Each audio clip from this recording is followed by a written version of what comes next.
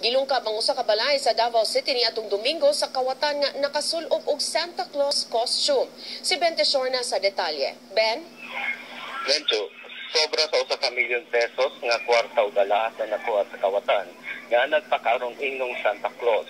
Gilungkab sa kawatan ang balay sa Magtiayong Smith sa Magnolia Street sa El Rio Vista dinhi sa Davao City pasado alauna sa kadlaw niadtong Domingo.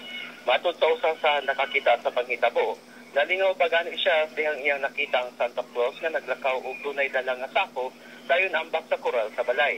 Nagtuo siya nga miyembro ang Santa Claus sa pamilya sa Magtiayong Smith.